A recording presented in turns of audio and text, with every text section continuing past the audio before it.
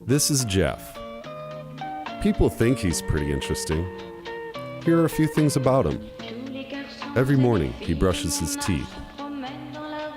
On Tuesdays, he mows his lawn. Sometimes he likes to listen to Wonderwall next to the large window in his living room while thinking deeply about life. He uses a reusable mug for his coffee because he believes in saving the environment. He enjoys reading historical nonfiction. His favorite food is canned pineapple. He also likes bird watching. When asked if he would ever go skydiving, his answer was absolutely not. He spends an outrageous amount of time meticulously researching which rocks he should use for his landscaping.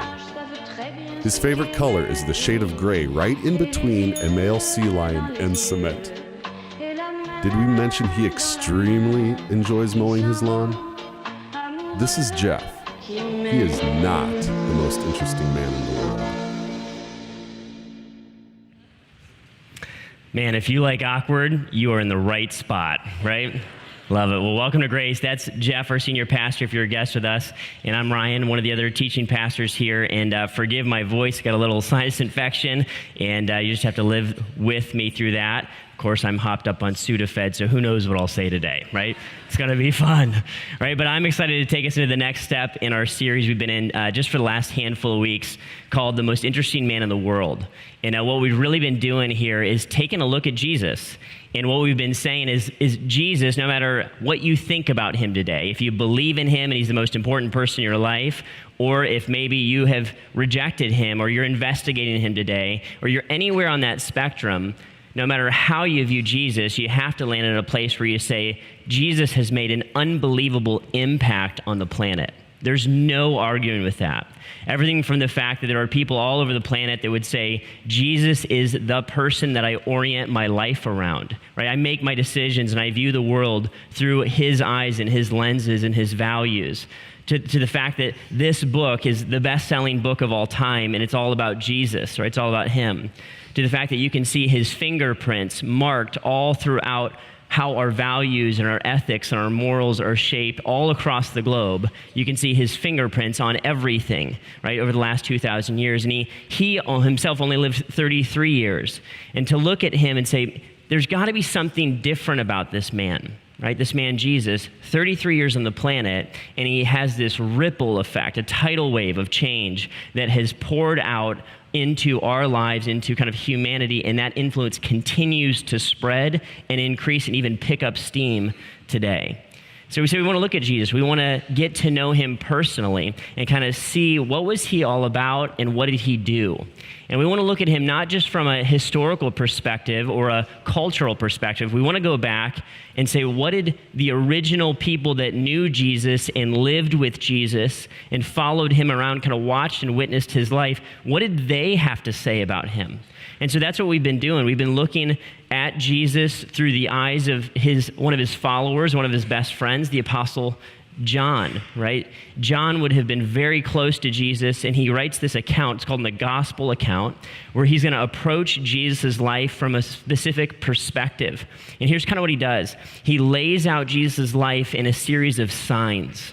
And these would be miraculous events that took place that Jesus performed. And he'd walk us through these signs and say, listen, here's what Jesus did. Here's what Jesus said. I'm going to lay out kind of his life and his story, and then I'm going to leave the decision in your lap, and you can decide, do you want to believe in him or not, right? What do you want to do with Jesus, so to say? So that's what we've been looking at. And if you're just jumping into the conversation with us today, maybe even here in the room or online, I'd encourage you to maybe after this conversation, go back and catch up on some of the other conversations we've had. We've taken a few weeks to look at the fact that Jesus is 100% man. Of course, he's the most interesting man in the world. He's also 100% God. Well, how does that all work together? And how is he God with God the Father and the Trinity? We looked at that week 1. And then over the last handful of weeks, we have looked at some of the original signs that Jesus would have walked into. And you can catch up on graceohio.org, our app, or of course you can follow us on YouTube, subscribe that way, and watch downloads for free and get caught up there.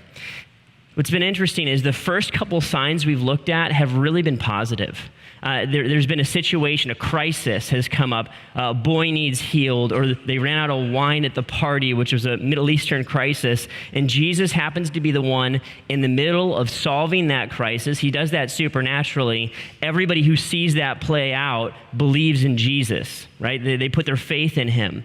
What's going to be interesting about our conversation today in this next sign is that the people that are watching this play out are not as receptive, truly, to Jesus and to following him. In fact, we're going to see that they almost reject Jesus, even though he's offering healing and hope and obviously an unbelievable message of who he is. There's going to be a different response to that.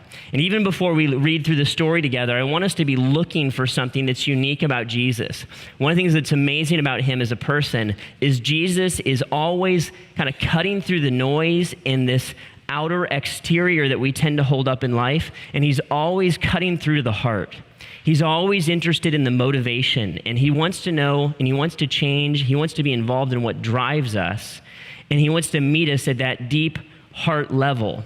And we're going to see that happen through a couple different people in this story, and it's going to be pretty fascinating to read through and to see. So let's dive into it. John chapter 5, verses 1 through 15. If you have a Bible, go ahead and turn and open it there if you can. If you don't have a Bible, not a big deal at all. You can go ahead and grab a Bible from underneath the chairs there, right in the row in front of you. It's page 742 in those Bibles. You can actually take that home with you if you don't have a copy of the Bible and you want one. Feel free to make that your own, put your name in it, and take it with you. So we're going to read through here, and we'll come back through and then grab some principles afterwards. Here's what John tells us, John 5. Starting in verse 1, he says, "Sometime later, Jesus went up to Jerusalem for one of the Jewish festivals. Now there is in Jerusalem near the sheep gate a pool, which in Aramaic is called Bethesda, and which is surrounded by 5 covered colonnades. Here a great number of disabled people used to lie. The blind, the lame, the paralyzed. One who was there had been an invalid for 38 years. When Jesus saw him lying there and learned that he had been in this condition for a long time, he asked him, 'Do you want to get well?' 'Sir,' the invalid replied, 'I have no one to help me into the pool when the water's stirred. While I'm trying to get in, someone else goes down ahead of me.' Then Jesus said to him, 'Get up, pick up your mat and walk.' At once the man was cured. He picked up his mat and he walked. The day on which this took place was the Sabbath. And so the Jewish leaders said to the man who had been healed, 'It's the Sabbath. The law forbids you to carry your mat.' But he replied, 'The man who made me well said to me, pick up your mat and walk.' So they asked him, 'Who is this fellow who told you to pick it up and walk?' The man who was healed had no idea who it was, for Jesus had slipped away into the crowd that was there. Later, Jesus found him at the temple, and he said to him, 'See, you're well again. Stop sinning, or something worse may happen to you.' The man went away and told the Jewish leaders that it was Jesus who made him well." Super interesting story. Let me walk us into the context, kind of put us in the picture of what's happening. Jesus is coming into this area called Bethesda, right? This pool that would have been about the size of a football field. It would have been a big pool of water. Right, and there would have been people laying all around it that were sick, had all kinds of illnesses and ailments. You've read that, the blind, those who couldn't walk, the disabled. And they would lay around this pool kind of day in and day out. And this place is called Bethesda. Here's what Bethesda means, house of mercy. It's going to become important in our story as we learn a little bit more about it. And so this is the place where mercy happened. At least that was the hope. And there was a legend surrounding this area. And here was the legend. It went like this. The people believed that periodically an angel would come to this pool of water. An angel would visit this pool of water and stir the waters up. And if you had a physical issue, you needed healing for something, if you made your way into the water and you were first, you would get healed and no one else would, right? So all these people are kind of waiting for the healing lottery to hit, right? It's kind of what it is. Waiting for the angel to show up, and man, if I get there first and I get the ticket, I'm in and I'm going to receive healing for this. So that's where all of these folks would be, right? A desperate situation for many of them as there's nowhere else to turn, no other place to find hope And so they're laying here hoping that an angel's going to show up, the waters would be stirred, and I might be the first one to make it into the pool. Now, Jesus does something fascinating in this story. Typically, somebody who needs healing or needs help, they tend to approach Jesus. In this story, Jesus approaches this man who's been disabled, this is he's an invalid, for 38 years. And you got to get a hold of this. In the ancient world, 38 years was a long life, right? The life expectancy wasn't what it is today. And so this man would have been disabled longer than many people would have been alive. And Jesus comes and he approaches this man and he asks him a question, which I think is an intriguing question, maybe even a shocking question as we take a first look at it. He looks at this man who's been laying there probably for the majority of his life in and out of that pool area where hundreds, if not thousands of other people have been laying. And he looks at him and he asks him this question: do you want to get well? Do you want to get well? Interesting question. And the word well means, do you want to be made whole? Do you want to be fully functional, is the idea. Do you want to be healed? And do you want to have a different kind of life? Point at first glance, you think, well, of course I want to be well. Doesn't everybody want to be well who's in this kind of situation? But Jesus, remember, he's always driving towards the heart. He's always going a layer deeper than maybe we would go. And he's looking at motivation, and he's kind of seeing past that exterior, and he's digging at what really drives us and where we really land in life. Because you got to think about it. This man's been in a bad situation for a long, long time. 38 years. I imagine, I don't know, the scriptures don't tell us, but I imagine those early years when he was a child, I imagine he probably dreamed of being healed and believed that he could be, and maybe even believed that he would be. And he probably dreamed of doing what other kids would do. And maybe even that went into his teenage years, where he thought, one day when I'm better, I could blank, right? I could live the dreams that I have. Who knows how those played out in his heart. And my guess is somewhere along the way, 38 years in, this man began to settle in to who he was and kind of his situation in life. He accepted it and owned it. And my guess is it became a part of who he was, even became his identity, right, so to say. This is my situation. And we start to see kind of his state of mind as he answers this question. He says, do you want to get well? He doesn't look at Jesus and say, of course I do. Help me now, please, right? I'm in. Here's what he answers to Jesus. Sir, the invalid replied, I have no one to help me into the pool when the water's stirred.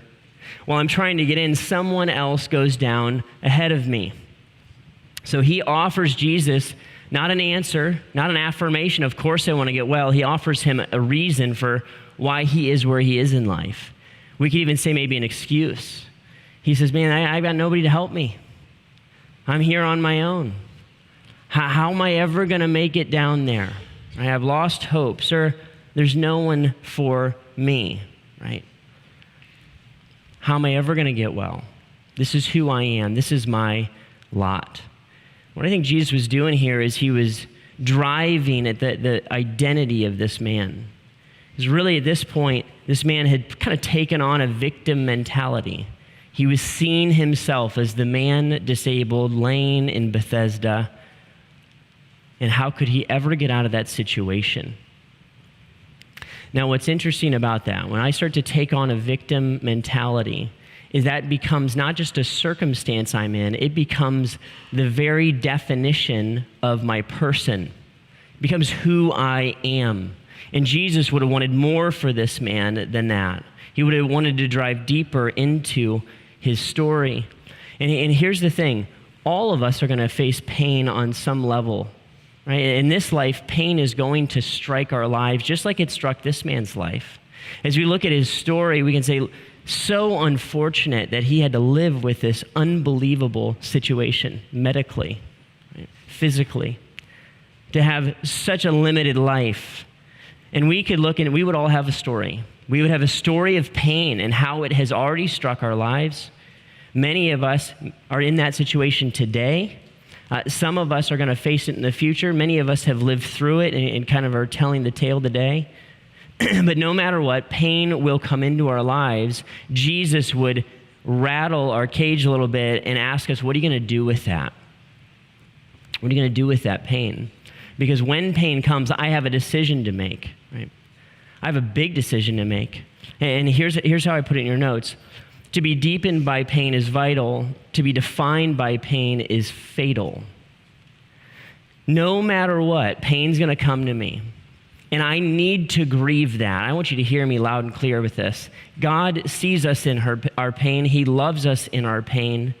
He loves us through our pain, right? We can bring our pain to him, and we need to grieve that. The loss of the broken dream, the loss of the lost person in our lives, either relationally or physically, right? No matter what that pain is, there's probably a process I'm going to go through where I own it, I admit it, I bring it to God, and he kind of works in my heart and my life. He deepens me through that.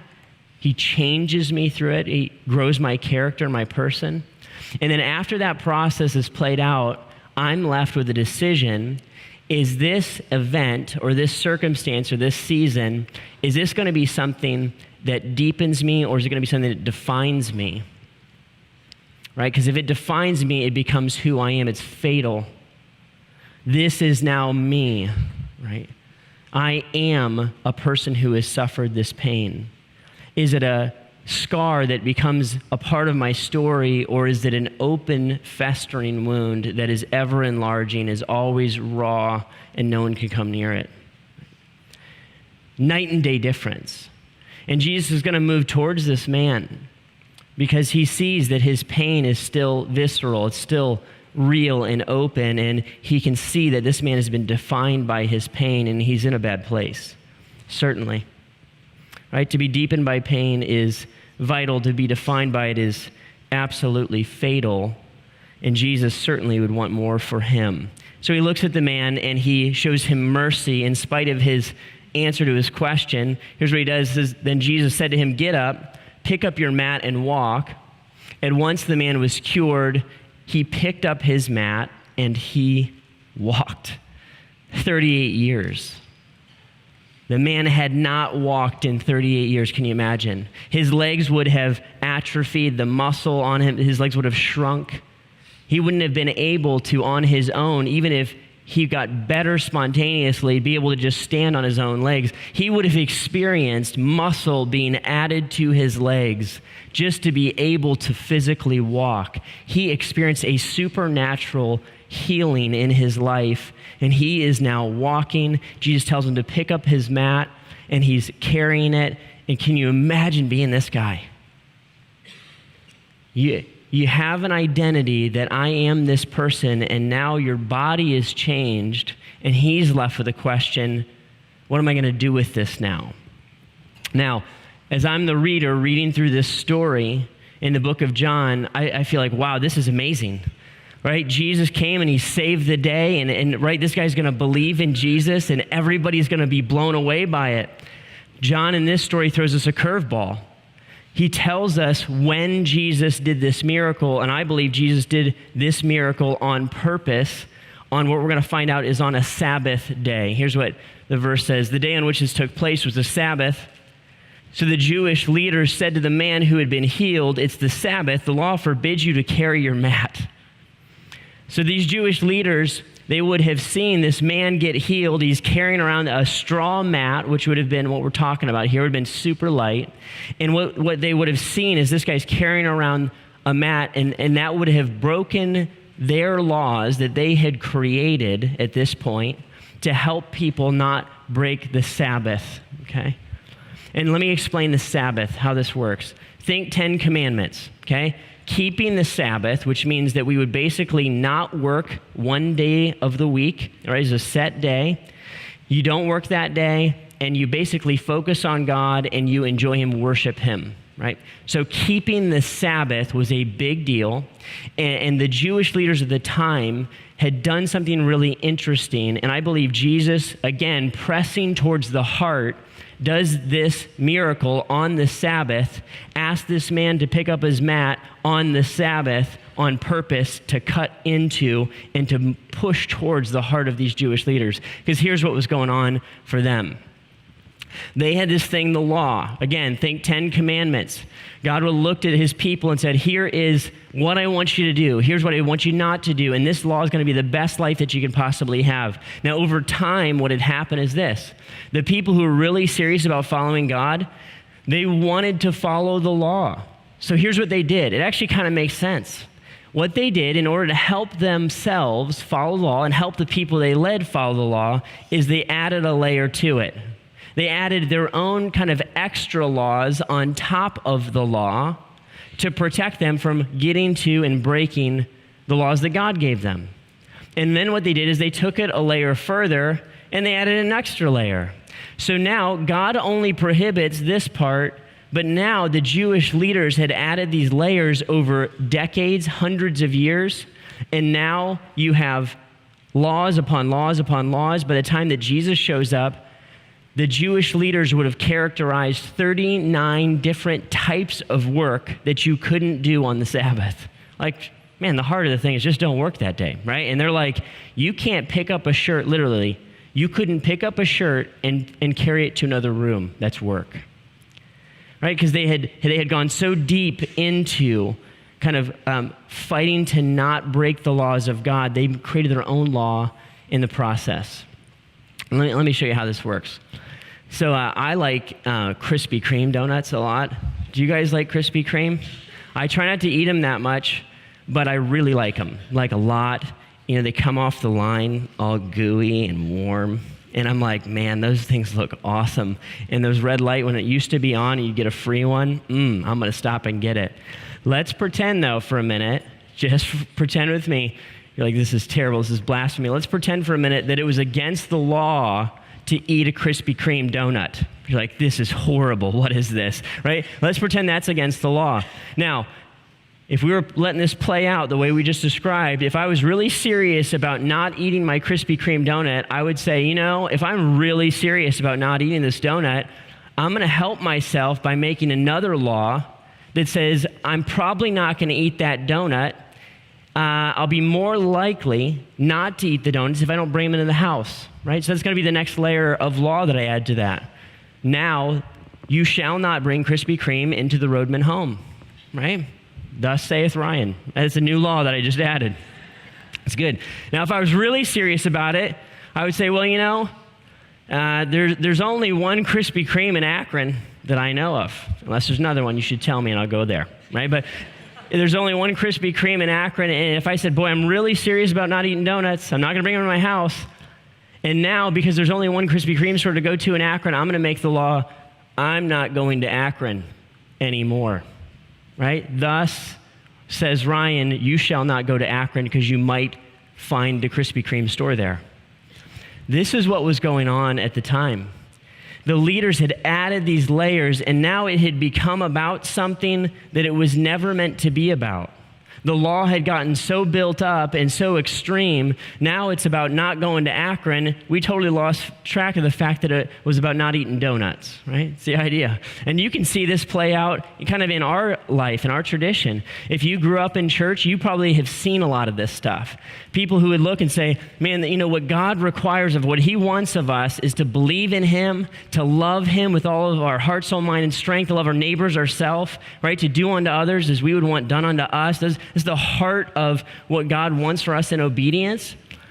But I want to be really serious about that. So we've seen over the generations, the decades, that people add to that. I want to be really serious about it. So what am I going to do? I'm going to get really serious about going to church. And now going to church is how I love God, right? It's the way that I love God. And I don't want to impurify myself by watching things that are inappropriate. So not only am I going to not watch movies, but you can't go to a movie theater, right? We would have heard of things like this. Not only can I not get drunk, right, because that's against the law, but now it's sinful to have alcohol whatsoever. You can see how the layers have been added on. And here's kind of the one that I think we wrestle with the most. If I had to be honest about where we are today, we look at love God, love people, right? And what we would do is almost water that down to turn into I'm serious about, I come to church, I do church stuff, right? Because doing church stuff is loving God and loving people. And then in our culture, how this gets watered down eventually is to the point where I just become a good person. If I'm a good person, I'm loving God and I'm loving people. I'm a Christian, I'm in America, right? This is what we do. And now it's become about something that is not even close to the heart of what God would want for us. Right? Do you love Jesus with all your heart, soul, mind, and strength? Well, I don't cheat on my spouse.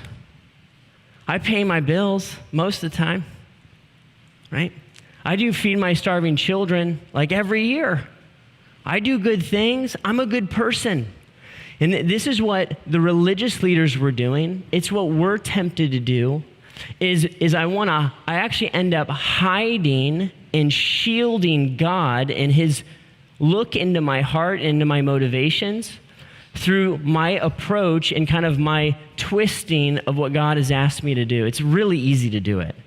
In this day and age, the Sabbath keepers would look and say, listen, we keep the Sabbath. We're serious about that. So now that's our protection. That makes us right with God. Here's kind of how it looks. That's my shield that protects my real motivations of what's really going on in my heart. Let me give you a little inside look to what's going on in the Jewish leader's heart. Jesus would know all this. That's why he's revealing it. He knows that the Jewish leaders of the time, if he grows in influence, they shrink in influence.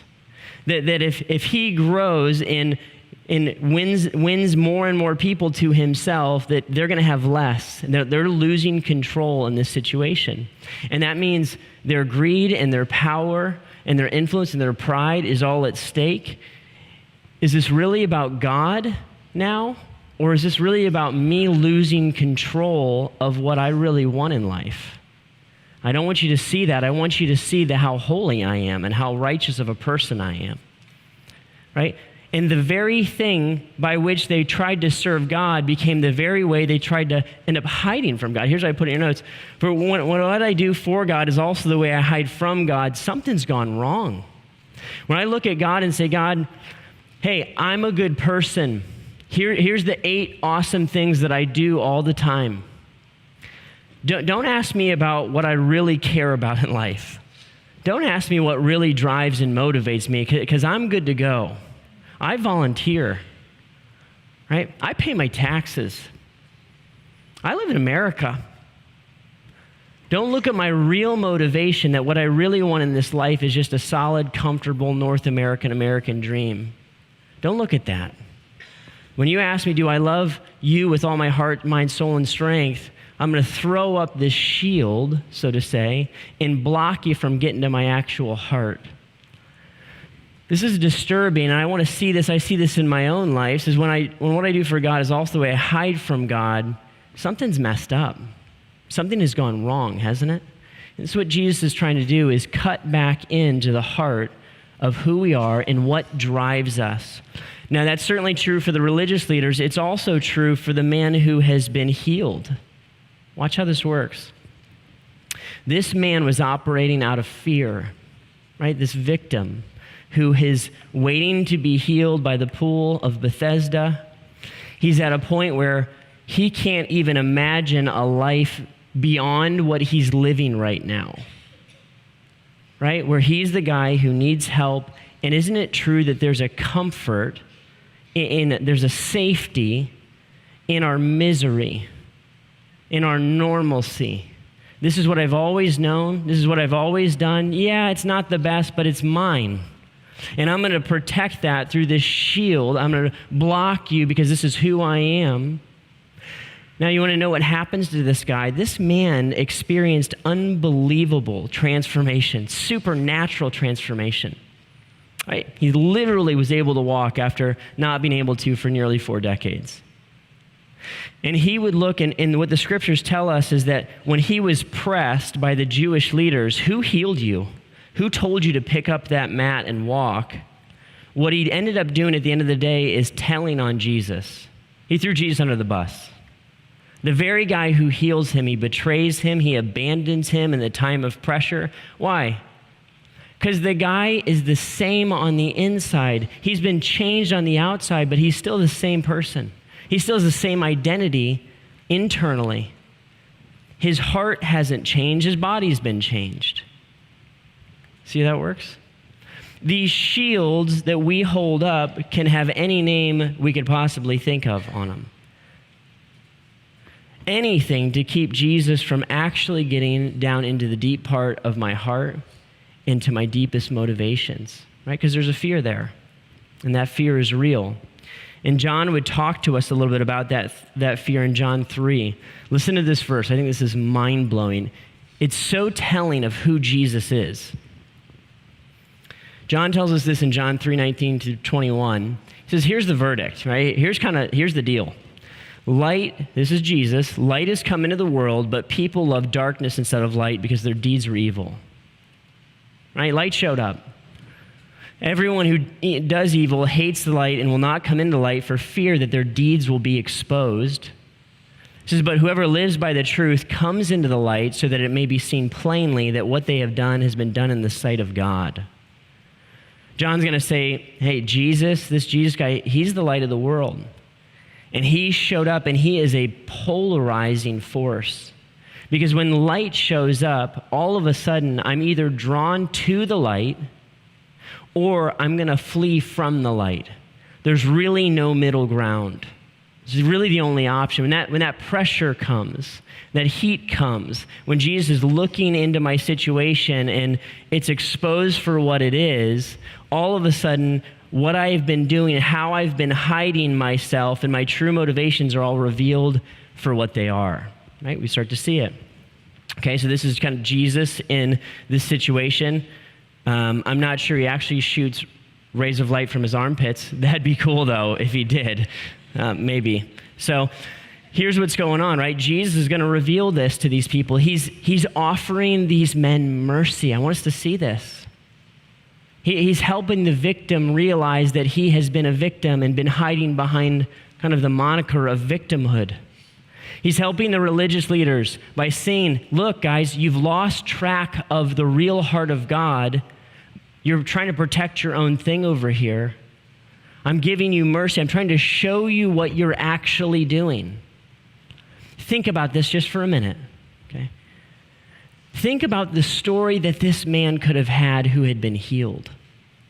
He had the greatest opportunity on the planet, arguably, to point people to the person of Jesus. Think about that. He could have the rest of his life said, guys, I was disabled and Jesus healed me supernaturally. He doesn't do that. He doesn't move into the light and admit that he couldn't believe and that he was operating out of fear of people and fear of the unknown. What does he do? He caves and he runs to the Jewish leaders and he throws Jesus under the bus. He's a coward at that point. Think about the opportunity that these religious leaders had. They could have said, oh, we're busted. Jesus, you got us. We lost track of it. We lost track of the heart of God. Thank you for showing us the error of our way. Thank you for your mercy, not giving us what we deserve in our lives. We found the Savior. Jesus, your God, we're in. What an awesome opportunity. They didn't do that. And really, this story is a kind of a cautionary tale for us. It's a cautionary look at Jesus and how to interact with him. Because this moment right here is a crisis. The thing about Jesus, and this is why Jesus can't just be the originator of a neat religious club. This is why Jesus can't just be something that's sprinkled in to improve my life a little bit.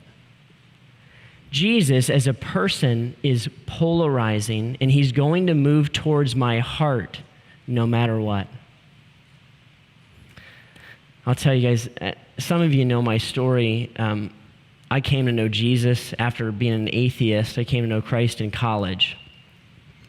And I grew like crazy, man. God just opened my eyes and set me on kind of on fire for following him. And I changed so much, so fast. And I met my wife and we got married and I was called into ministry and I was like, what is this all about? And we got married, we started having kids. In about 15 years passes where all of this stuff is moving and shaking, and I'm growing like crazy. And about 2 years ago, I got meningitis, just kind of out of the blue. And I got put down where I basically had to be in bed for about a month. And it was during that time that I started to see myself in this situation more and more. I started to realize that, I was starting to believe the lie, put up the shield. Because I'd come really far. I wasn't doing any of the stuff I was doing before. I'm a pastor now, right? Isn't this far enough? Haven't I changed enough, God? Can't I put this on cruise control now? I was starting to settle into it. I didn't even know that was happening. Not until I stopped long enough and let Jesus and his light shine in my heart. And when I saw that in myself, it freaked me out, scared me. Because what I saw is I could just settle in and coast and pick up a shield or two and start to hide from Jesus more and more, a little bit every day. Listen, you wouldn't even know it. You wouldn't even know. I would know, Jesus would know, but you wouldn't know. And I could shrink into the darkness and live for Ryan and not continue to grow and change. And I looked at that and I said, I can't live that way. I want to be the real deal. And I'm not there. 2 years later, Jesus set me on a kind of an inward revolution to keep changing and growing. Guys, I have a long way to go because I continue to do this. I keep putting these shields up, blocking Jesus. Because if I'm honest, there's days where I want your approval more than I want Jesus to change me. I want my comfort more than I want God's glory in my life. I want to just settle in and have a safe, normal life. And at the end of the day, that's not what Jesus is going to do with me. It's not what he's going to do with you. What Jesus wants to do with us is take us farther and give us more, a greater life, a different life than we ever could have imagined for ourselves. But it starts with laying down the shield and exposing the reality of who I am and what's really driving my life. What's underneath here, right? What I see in my heart is sometimes fear. Sometimes there's a fear of people or fear of the unknown, a fear that is God really going to take care of me? Sometimes it's pride, sometimes it's greed. But the ways that I hide from God, I want to lay it down. I want to drop my defenses, drop what I define myself by. I want to be changed. Don't you want that?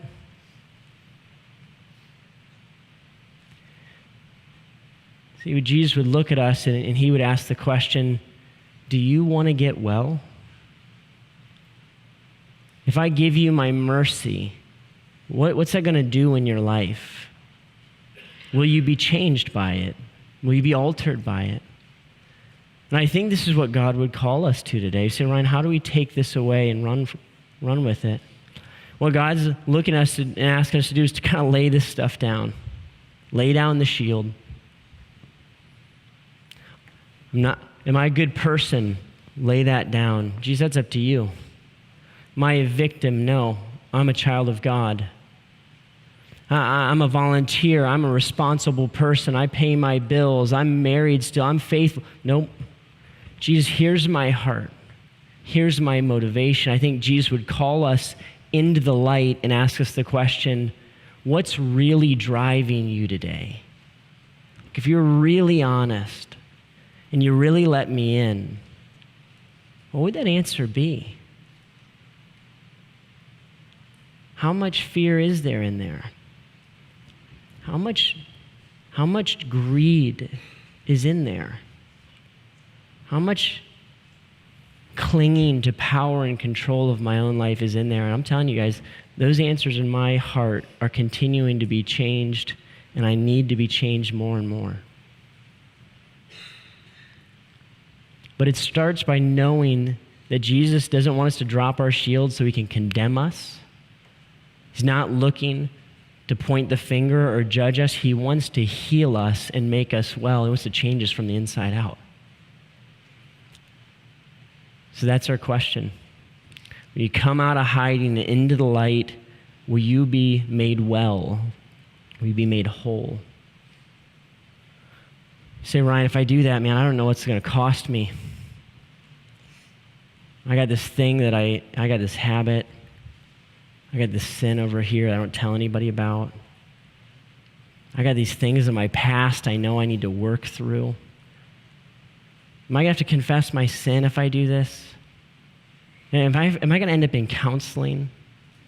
I did. Listen, what else are you going to do? We're going to hide the rest of our lives? Shield it up? Protect it?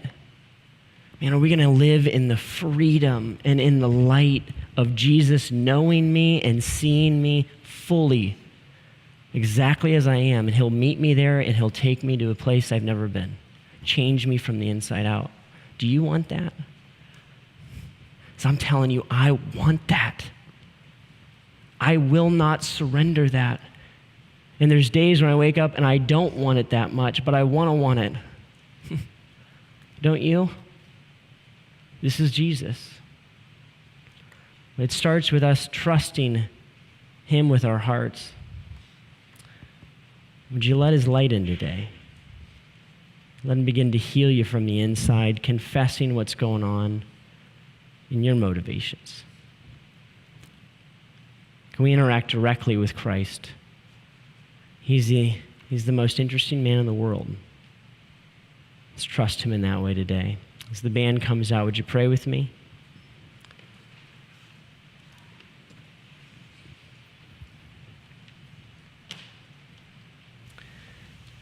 Jesus, it's amazing to me that you don't let me stay this way. You just love me too much.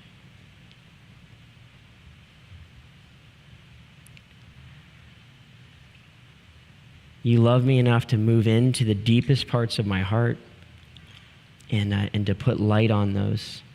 And you do it with gentleness and love and with an invitation of mercy. Not harshly, not pointing the finger. Lord, you love me, and you want to do that for each of us. Lord, I ask for the mercy for each of us today to be really honest with you about where we are right now. Not where we were 10 years ago or 15 years ago or even last year. But what's driving our hearts today? Lord, help us to confess whatever that is to you, and we ask that you change us from the inside out. As you meet us there, you'll cleanse us and heal us and make us new. Or meet us here even now. It's in your name we pray, Jesus. Amen.